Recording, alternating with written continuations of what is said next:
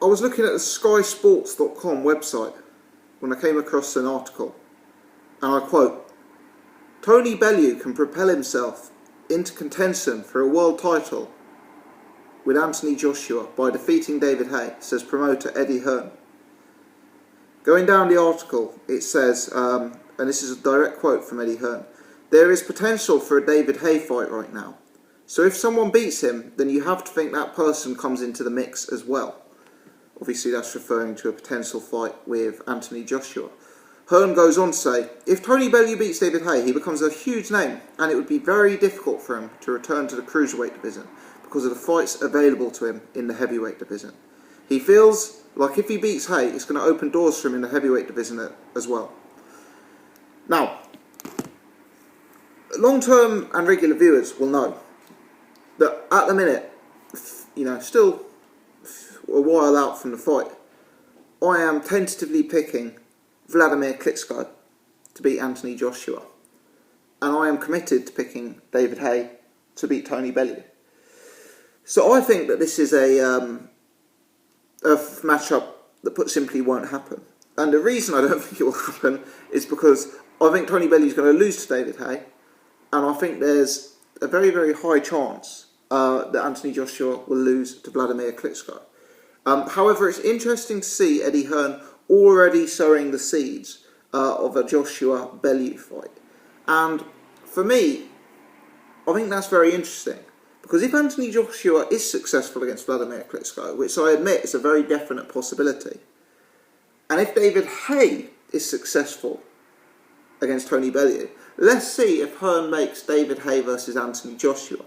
I suspect we are not going to see that fight happen this year. I suspect Eddie Hearn will be very, very, very tentative about putting Joshua in with David Haye. I could, of course, be wrong.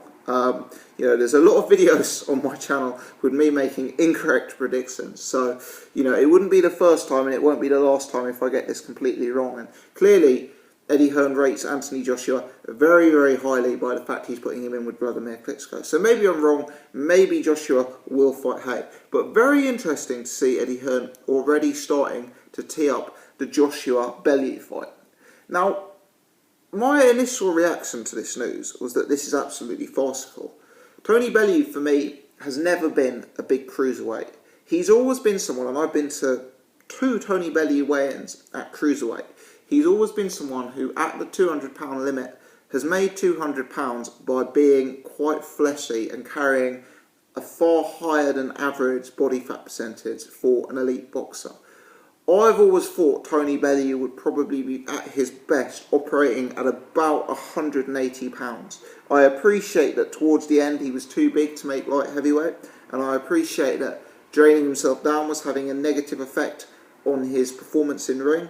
But I always felt he was small for £200, and I kind of felt that £200 and making that weight led to him potentially carrying an unnecessary amount of body fat. This isn't a beauty contest. You don't have to look like a bodybuilder in order to win a world championship. But nevertheless, somebody with a body fat percentage as high as Tony Bellew's at £200 is a concern for me in an elite matchup. And I'm even less convinced about Tony Bellew as a heavyweight for that reason. I wonder if his power will be as effective against bigger guys and against guys who aren't making a weight limit. Let's not forget that when Tony Bellew's hitting guys at £200, not only are those guys at a smaller size than the heavyweights, but they've also had to make weight the day before. So potentially their punch resistance and durability will not be at its peak. At the heavyweight division, the guys he's hitting not only will be bigger, but they won't have to have had to make weight. So, there'll be no concerns about their punch resistance, etc. So I think Tony Bellew will really, really struggle at heavyweight in general. I've always thought he was defensively open, which is a concern given that he was knocked down by guys like Oval McKenzie at 175 and knocked out by Adonis Stevenson, who's a small light heavyweight. So, when you've got an open defence and you're susceptible to being hurt by guys like Oval McKenzie and Adonis Stevenson, you'd certainly worry about your punch resistance against a David Haye and Anthony Joshua. I've also felt that he struggles against a jabbing fighter. You know, for me, Tony Bellew has never really been able to deal with someone who's able to throw a jab consistently against him. I've said this on several videos, so I hate to be rabbiting on with the same thing again. If you look at that second Nathan Cleverly fight, if you look at the Mateusz Masterlet fight, every round when Bellew's opponent utilises their jab with regularity, Bellew loses the round. So yeah, I worry about him at heavyweight. Number one, the defence and the related punch resistance, and number two, up against the bigger guys, they're going to be using their size and range advantage against him, which means he's probably going to be coming up against more and more and more guys who establish their jabs early on against Tony Bellew. And for me, that isn't going to play to his strengths. You know, that's my read on the situation. So initially, when I heard about Joshua versus Bellew, my inclination was to sort of be slightly exasperated and say, oh, surely Eddie Hearn's not going to make that fight. He's not going to stick Anthony Joshua in with a cruiserweight, and you know, it'd be, you know, Tony Bellew would get decimated. Joshua would stop him inside a round. And you know, if someone put a gun to my head and said, Tom, you've got to make a prediction on this fight, yeah, I would say that I'd pick Joshua to win in a round or two. Having said that, I've got to be fair to Tony Bellew here. Tony Bellew is a guy who I have routinely picked against on this channel and got it wrong. In fact, of all the fighters that I've covered since I started this channel, I would say Tony Bellew is the fighter who I have made the most incorrect predictions on. And Tony Bellew is the guy who I have, I guess, misunderstood as a boxer more than any other. You know, Tony Bellew is simply just a guy, I've never appreciated his style, I've never appreciated his technique, I've never appreciated his attributes. And I've got it wrong, time and time again. I actually thought Bellew would be fairly easy work for Nathan Cleverly. I got that wrong. I thought Mateusz Masterlet would probably have enough to nick it against Bellew. I got that wrong. I thought Ilunga Makabu would simply have too much boxing class to beat Tony Bellew. And yet again, I got that wrong.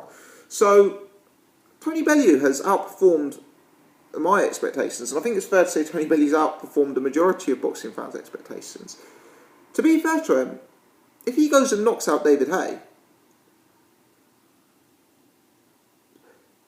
it's arguably the strongest piece of form of any heavyweight currently active in the division. If Tony Bellew knocks out David Haye, it's a better win than Wilder's ever had. It's a better win than Parker's ever had. It's a better win than Hughie Fury's ever had. It's a better win than Anthony Joshua's ever had, unless Joshua goes out and knocks out Klitschko. You know, Klitschko probably has, you could argue Klitschko, the way he dominated over Povetkin and the way he dominated over a peak David Haye. Maybe, you know, maybe you'd have Tony Bellew behind Vladimir Klitschko in terms of form. But you've got to say, if Tony Bellew goes and knocks out David Haye, not only in terms of the strength of the form, but also in terms of the commercials. You know, that's a big pay-per-view fight. That's sold out the O2 swiftly. That's going to do big numbers on pay-per-view. It's going to be hyped to the max on the lead-up to the fight as well, you know. They're two engaging characters. There's going to be a lot of bad blood. That's going to be a big hype fight, mark my words. So if Tony Bellew does genuinely go out and knock out David Haye, he deserves to fight Joshua, I think. And I say that almost feeling bad for saying it, because I feel like I'd be sending Tony Bellew to his execution. But would there be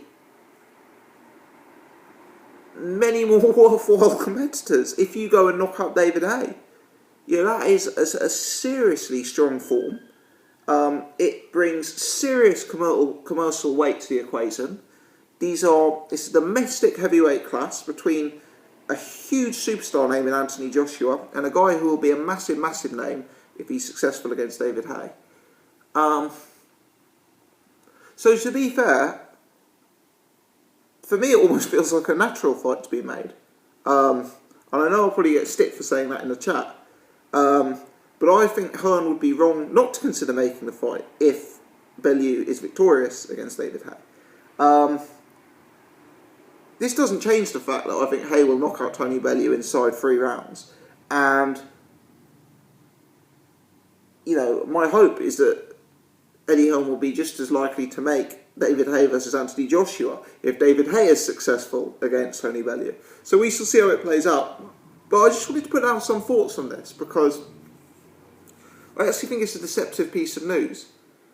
My instinct as a fan, who some people call a hater, was that this is a ridiculous play from Eddie Hearn.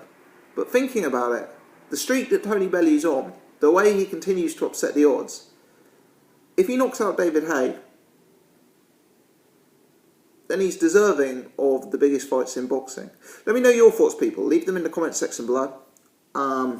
If you've enjoyed the video, please take the time to hit the thumbs up button.